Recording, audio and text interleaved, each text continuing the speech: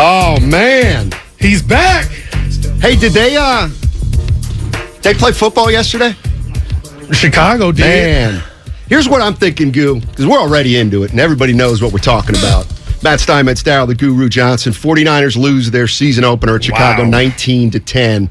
To me, there's like three levels. You know how there are three levels to NFL defenses? Yeah. To me, there's three levels to this show. Whatever the topic or conversation is, it's probably going to come under three categories. It's either going to be about Trey Lance's debut as a quarterback of the 49ers, because let's face it, it's the Trey Lance era. It started yesterday. It did. It's the first sliver of information. It will not dictate anybody's career for the long term, but we have something now. The 49ers as a team, that's the most important thing. They just went into Chicago and lost. Third, then, is specifically as it might relate to Trey Lance and Jimmy Garoppolo. So those are the three things that I thought of. So a thud. Okay. Trey Lance here starts with a thud. Right. But the 49ers had absolutely no right winning that game. And none. Okay, and we are talking about this. It's good to have you back. The same 49ers, Steiny, that people had predicted to go to the Super Bowl. It was predicated on the defense. I'm not going to look at you and tell you I'm blaming Trey Lance. My blame is at the doorstep of Kyle Shanahan. And if you want to put this down as another 10-point collapse in the second half, to me, this qualifies. And I just don't get why we were seeing Debo in harm's way as much. Why we were seeing Trey, what the Larry was talking about, why he was running the ball so damn much, and it seemed like by design. I am shocked that the defense dominated the Bears like they did. They had field position going their way all the first half. Steiny, they should have had 21 to 24 points. They didn't, but to collapse in the manner that they did on this Monday, I am shocked. And what I will not ever do for you, my friend, is play the schedule game again with the 2022 San Francisco 49ers, because for months we talked and laughed and threw eggs at the Bears and how dysfunctional they were, and to go out there with Bonte Willard, 49er Frankie at the game, John Dickinson, and to go out there and do that and Pettis, the dude that you said was not good enough for your team to be wide open and do that. What was the dancing? You should be embarrassed, Kyle. And the penalties, to me, was your team was not mentally ready. Penalties, I feel better, are mostly associated with coaching. I mean, that's the bottom line. Go ahead. Whether how much of it is true or not, the bottom line is, when a team has a lot of penalties, it's a reflection of the coaching. So that's Kyle Shanahan. The rules. Kyle Shanahan. That part is on him. So my point is, if you're saying that Trey Lance was about what we expected, I'm kind of with you. But what lost the game? Well, turnovers and the penalties. Well, I mean, and the fact that you didn't score more points. Let's not take the offense off the hook. No.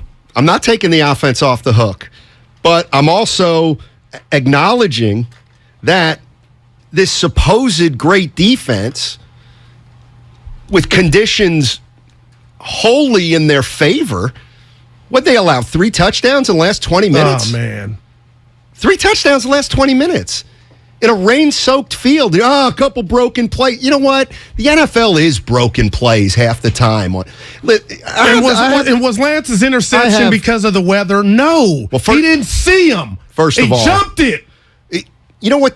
So much of the NFL is about touchdown passes and explosive plays. You get a couple of those, you win most of the games. 49ers don't. But I thought it was going to be different, you know what? Steiny. They're not really explosive. They've never been explosive under Garoppolo. They certainly weren't explosive yesterday. So don't give me the we two saw broken one plays. Ayuk. He hit Jennings for a long one. Like I said, Steiny, had a 50 passer. He didn't get back-to-back opportunities to do it with his arm and his eyes. I just didn't understand. Like the play calling, that's why I'm saying I'm blaming Kyle, Steiny. I didn't understand it. I don't blame anybody because they're 0-1. I don't know how good they are. I don't know how great they can be. And this was a game. It's the first game of the year. You know what I was thinking about? Think about this. I know basketball's different. It's coming up.